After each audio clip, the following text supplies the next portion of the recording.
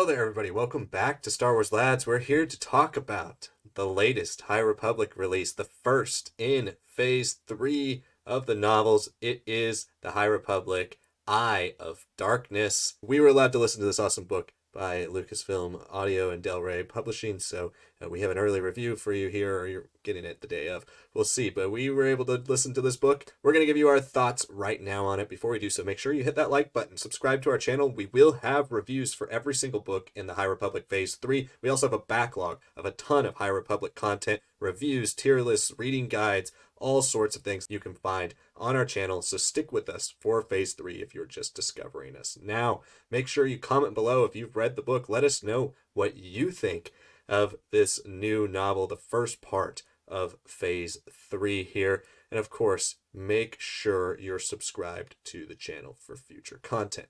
All right, let's get into the novel because there's a lot of great stuff to talk about here, but this is going to be a non-spoiler review, so we won't be spoiling the novel for you, but we will be talking about our thoughts on the plot here first and the writing. So, Sanak, what were your thoughts on George Mann's work here for the High Republic Eye of Darkness, his first adult or even young adult level novel in the High Republic? He's only done comics and junior novels thus far. What did you think about his transition into novels here for the High Republic?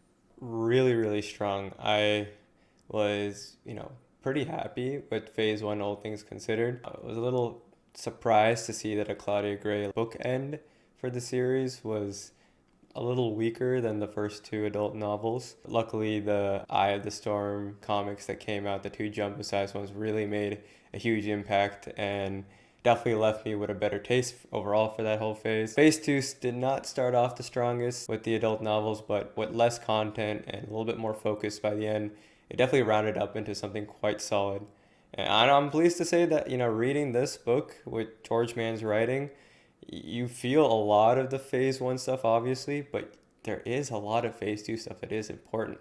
So if you're an absolute canon junkie, or at least the High Republic junkie, you are definitely going to be happy that you invested this much into the series, because yeah, it's so worthwhile. And the story here is, in some ways a little bit of like a remix of Light of the Jedi. I did feel a lot of the same sort of vibes around the story, but there were definitely more moments that felt to me like very dark, like the Fallen Star, Cataclysm, even the Rising Star at times, with like some of the decision making, some of the connections being made. There is also a level of exploration and like searching for answers here that I was very pleased by, especially with the epilogue presented by the Mark Rogue final two comics. So seeing how these Jedi, the Republic, solve the issue of like, hey, the Nile got their own like white picket fence covering up part of the galaxy. We can't just hyperspace into it. There are things that if we go in and manage to pass that wall, the Nameless are still around, right? They're fighting with an enemy that is not just unpredictable, but has already defeated them countless times. So you really feel the weight of that from the start. I think the intersecting plot lines of everyone kind of trying to solve this mystery in their own way is what really makes this plot work, because there is a level of, hey, I'm really buying into this character doing this sort of research and like action towards escaping or entering the storm world. And once they really come together, you feel like, oh my god, like it's gonna happen. And then, no, now we switch over to this other POV, and now I feel like maybe that's a stronger option to follow through. And that's what George Mann really got me fully invested into, the fact that I felt like everyone here was a worthwhile POV, because there's always a chance they could figure out something to like really start to counteract against the Nile. Fantastic writing all around. The characterizations feel like they're lifted off the pages of Charles Soule's and Kevin Scott's and Claudia Gray's writing. Like, it, strong continuation there. Just generally pleased, and for this being the Trials of the Jedi Phase 3, yeah, this was dark. There were a lot of trials and tribulations in this story. Some of them humorous, don't get me wrong. There were some moments of levity for sure, but everyone here has their back against the wall, and how they respond to it, what they ultimately achieve and what they didn't, is really key to like understanding that this is just the start of this whole thing. So if you're feeling like, oh, it's like the Light of the Jedi and everything's just going to be like happy-go-lucky again, Yes and no. Like there are some beautiful things about like what comes out of this story, but there's also some very devastating things. So, if the last book you read was The Fallen Star, you might be a bit more prepared than someone reading you in the Cataclysm. There was a massive battle there because some of the things here that happened, I was like, wow, like I was feeling like I was building up to something else, and then George Mann just, pulled out the rug underneath me. Yeah, the writing is definitely darker here. George Mann, I mean, coming from a lot of the darker side of Star Wars, I guess he's explored myths and fables and dark legends. So he has done a lot more experimental stuff with canon than most authors have gotten a chance to do up until this point. And it definitely shows the way he takes certain characters, the way he decides to use certain more violent language sometimes when describing things. There is definitely definitely a sense of dread this entire novel, and there are a lot of times when structurally things don't go according to plan. There's things that you think, oh, this is going to happen exactly this way, and this book has a lot of great twists and turns.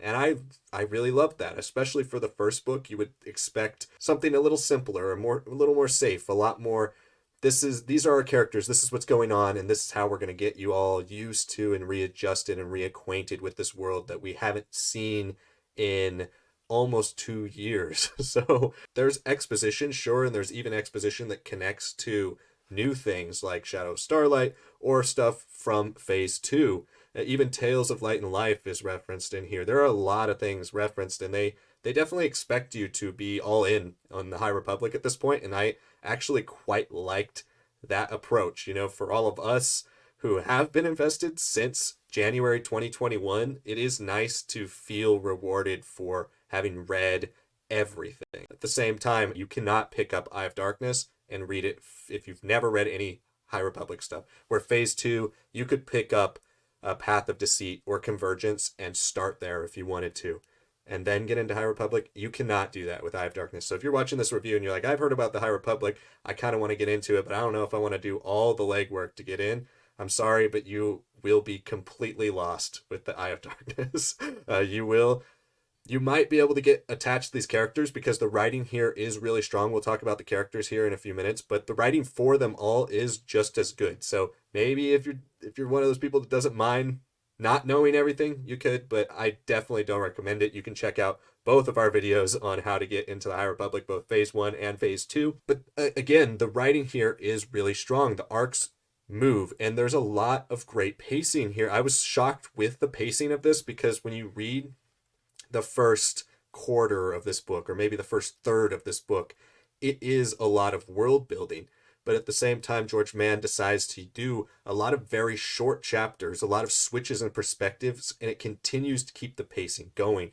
You want to keep reading because you want to know what happened to this set of characters that has something a bit more exciting going on, while another set of characters has something a bit more expository going on. So there's a nice constant shift of paces. The brevity of the chapters definitely makes the read feel faster than, I guess, the daunting look of the page time or the daunting amount of chapters if you looked at the table of contents, right? This is a book that moves despite having a lot of world building and having a long length. So I definitely thought that George Mann did a good job juggling everything. He's juggling stuff from comics. He's juggling having to reference this Phase 2 that existed 150 years before this. He's juggling catching people back up with what happened 2 years ago when we ended with Fallen Star. So there are a lot of jobs that George Mann has to do here, and I thought he accomplished almost all of them. I would say, I guess, High Republic fans trying to get back into this part of the High Republic, there is a bit of disappointment with this book in terms of, like, this is the starting point again. We're relaunching, right? You see that cover of Marchion Rose sitting on his throne with the lightsaber, and you're expecting, oh, okay, this is an epic throwdown book. And while it is epic, it has a lot of grand stakes. You have to read this book. There's so many important things that happen. It is a more plotting book. It's getting us back into it. And so if you're somebody coming in expecting grand action right off the bat, that's not what you're in for. But if you're into the High Republic, if you're into the world building, you're definitely going to enjoy what this sets up here for the future. Let's get into those characters because, as we mentioned, there are a ton of them in this book, and it's basically like Light of the Jedi. Almost every major player from Phase 1 is now back here, even if you were a comic book only character, even if you were somebody like Avar Kriss, who was in Light of the Jedi, one of the main characters, and then was relegated, I guess you could say, to the comics, or her story shifted to the comics for the rest of the phase, barely ever mentioned in novels. She's one of the main characters again here. I love the emphasis on Elzar Mann. I also love the amount of page time that was given to Lena So. I think Lena So, especially when you get the other chancellors from phase 2, you go back and look at Lena So and she feels a little more one-dimensional in phase 1. Not here. You get a lot more sides of her here. You also get a lot of Porter Engle. There are so many great characters in here. Sanak, who were some of the characters that stood out most to you, and which ones were your favorites over the course of this entire novel? Well, that's the thing, isn't it? Almost everyone here felt joyous to re-explore, reconnect with. So it was pretty hard for me to land on some of my own favorites. But definitely for me, the standouts were Elzar, Avar, and Porter for sure. I think the supporting characters really take a big step forward here for me too, because in other books, they are a little bit more plot specific, plot dependent. But here, these are the characters that help push our Jedi to reclaim what they lost with this tumultuous year plus of losing, so a figure like Estelle and Geos losing Starlight Beacon and all that. So all these big main characters for me definitely felt like they had like almost their equals in these supporting characters, even if they only had quips here and stuff like that. What they did to bring these characters kind of back to who they were, or at least to another step forward to their evolution, was incredible. Let's start with Elzar here, because Elzar is still the Anakin of this story in many ways. He is very unbalanced. He has strong emotional needs. There's so much to his character that is headstrong, but equally insecure. So this was a story about a guy who, he's lost one of his best friends, and then his other best friend is missing, and he's the one who's got to put the pieces together. He's the one who's got to be in his stalwart era and try to be the best of both those people and also become a better version of himself. And I love the twists and turns of his story. He has a really great dynamic with Lena So, which I was not expecting. And whenever I was bouncing between both, I thought I could have lost them, but no, Elzar and what Lena accomplished there was really great. And as a supporting character, sort of main character, Lena definitely pushed Elzar to these new heights, but also faced a lot of the same troubles and harsh realities and in failures too. So his storyline was something that I was definitely excited to jump back into, and it did not disappoint. The only thing I want to say is that I need more, because man, it was so good. I just wanted to see like what comes next, because this is a character who's constantly reacting, constantly thinking, overthinking all these things, right? So that was fantastic. The character that definitely returned to like a stardom level was Avar for me, because yeah, she is the lead of this book, but one thing that Mann especially made very clear is that moving on with phase 3, if phase 2 was streamlined, if phase 1 was just so many different stories and mediums, phase 3 will at least like recap parts and bring them into the story.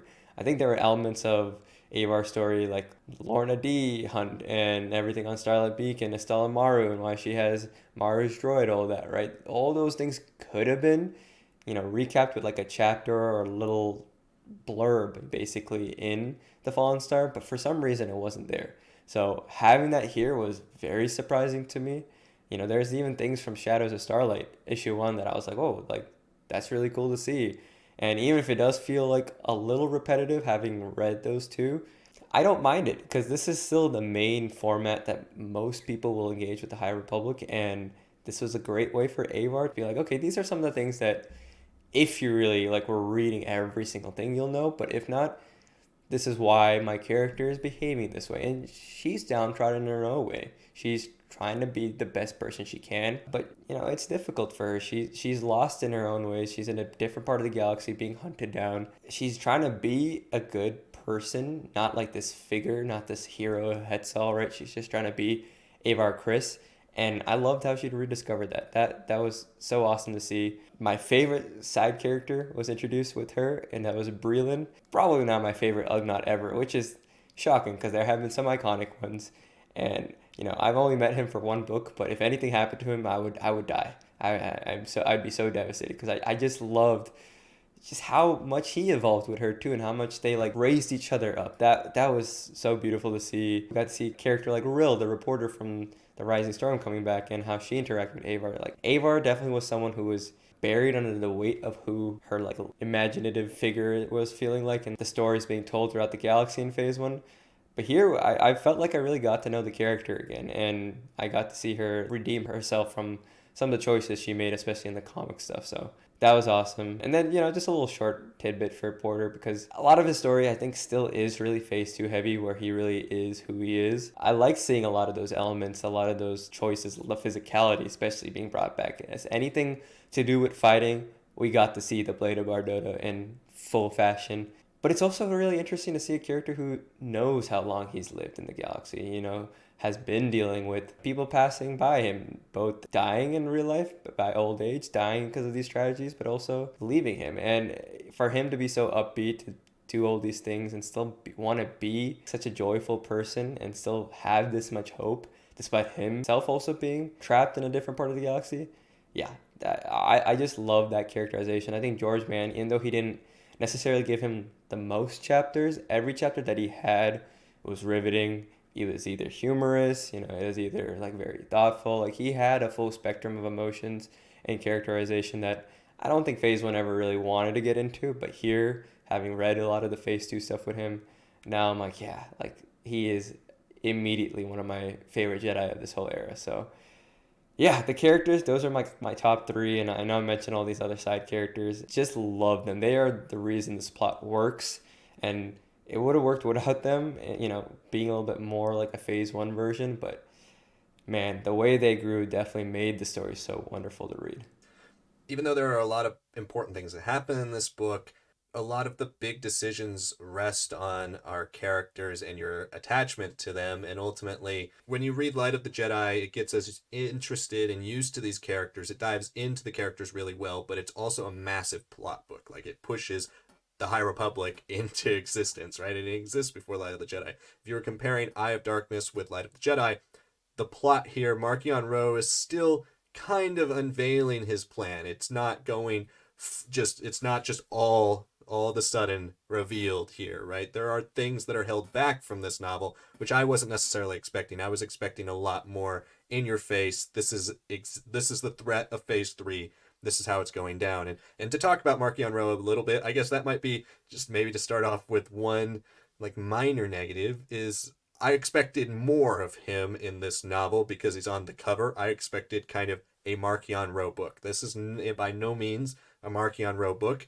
He's fantastic in every scene you get. You get the scary Marchion Ro, you get the conniving Marchion Ro, you get the maniacal Marchion Ro, you get the unhinged Marchion Ro. You get everything you want out of him, but he definitely is more villain than main protagonist in this novel, which I was kind of expecting more of that angle with the cover. That being said, I'd take everything we got in this book still, even with saying that, because I want to reiterate, Avar Kriss, one of my favorite characters in this whole thing. I love Light of the Jedi, still my favorite High Republic book, and for her to then get shifted over to comics, and for her kind of mission to be more of a side mission to the entire Phase 1 narrative than, let's say, Stellan and Elzar's missions when they're part of all the novels, it felt a little sad to me because of how attached I got to her in the novels. In comics, you can't get inside characters' heads as well. You more so see it play out like a film. You see dialogue, you see action, but in a way I was missing a lot of that internal strife that Avar goes through because she is a superstar. She's as much of a superstar as a Jedi could be. She's dealing with the weight of everyone's expectations, and you finally get back in her head and see that play out here. So her decisions versus the comics seem more measured than when in the comics you can't read her mind, right? So I loved getting back into her mindset here. And again, Porter, The Blade was my favorite comic series of Phase 2. I love seeing Porter here, and I love seeing the Blade of Bardotta. You get glimpses of it in Phase 1. You get to see it, young Blade of Bardotta in Phase 2. But Phase 3 is really where you get to see, okay, not only has this guy been around for 200 years or so, but he is still a badass, even though he's old and he's cooking, and all that type of stuff. He's a great lone warrior, a true Ronin. I loved it. Elzar to me is the standout for an arc, right? You get a good complete arc. You get a nice build on his character, his emotion. He has been the one character across all four phase 1, phase 3 novels we've read so far that has been a constant in all of them, continued to grow in all of them, because the other one, the 1B, was probably Bell, and Bell is definitely more sidelined in this novel. He has good moments, but he's on a mission specifically with Buryaga that has great chapters, but they're fewer and farther between. He's not a main character. So now Elzar is kind of like our lead protagonist of every book we've read so far in the adult part of phase 1 and 3. And he continues to grow as a character. There are a lot of things teased for him in the future that could be really, really interesting. And I cannot wait to see where the rest of his journey goes. But again, Lena So, like I teased earlier, was a massive standout for me. I did not expect Lena So here to get so much, not just so much page time, but so much development. I mean, you see the weight of the world on her shoulders, and a politician who's unconventional like her getting to meet a Jedi who's unconventional like Elzar. It's a match made in heaven for some great dialogue. I really, really enjoyed it. But overall, every single character I thought was really strong here. I wanted a bit more Nile. You get a lot of perspectives of Nile. I wanted a more Markion specifically, but I think that's coming. This sets up a lot of stuff here going forward. So let's get into our final thoughts here, our final wrap up, and a score out of 5. Sanak, what would you give the High Republic Eye of Darkness out of 5? Out of 5, I would give this a 4.25 out of 5. It is a fantastic way to help us all remember, like, hey, these are the characters that you first fell in love with. We were leaving them on a cliffhanger, and that cliffhanger wasn't just to be like, oh, it was picked up in like 5-6 years. Like, we know how desperately you guys want to read it. And George Mann, came into the cockpit and delivered. Like, he did everything. He blasted through all these little issues that I was having with phase 1 and settled us onto a very, very strong path for phase 3. I also do like the schedule of phase 3 kind of being more spread out over a year plus. It just makes me feel like they want us to feel like every book here matters. Young adult, junior, obviously the adult novel here, right? So I'm excited for what that means, because we only just started the story of phase 3, and we were just really told to live with these characters, embrace what they're feeling, what they're thinking, see what mysteries they're trying to uncover, what things they're trying to figure out to defeat the Nile, to bypass the Nile. We also did get some really interesting perspectives of the Nile. Don't get me wrong, I think we didn't mention it in characters, but Gira Stars has a pretty interesting plotline here too, and her relationship with Markion. And Markion has a very interesting hint towards phase 2 that I think will have a lot more development in like the Vernestra Rowlett novel. To be able to stick with these characters, to be able to see their glorious victories and shocking defeats, to see them really try to take a step forward and really remember who they are, and also tell the galaxy like, hey, we're not giving up, was a huge part of the story. The Eye of the Darkness is a fantastic book. I highly recommend it. If you've been a little wary about phase 2, you don't need to read it, but I think if you do, at least go try the adult novels and the young adult novels. You will definitely feel like they're paying off, because there's a lot of teases here for what's coming next, and for just this being the opening salvo, it's a lot. Absolutely. This was a great book, another great book in the pantheon of the High Republic, where almost every single book that has come out, whether adult or young adult, has been good to great. There have been very few misfires, and I'm not expecting any really from phase 3. This is another really strong opening. I think amongst the adult novels, it ranks in the middle top of mine rankings probably for them, but that's more of a credit to how great this initiative has been overall. I still really enjoyed this book. I would give it a 4 out of 5. Great start, expository a bit, has exciting action when you do get it, strong character work, and teases so many incredible things moving forward here. So many different plot lines that I can't wait to see what mediums and where they decide to fully explore and explain everything. So thank you for watching our first High Republic Phase 3 review.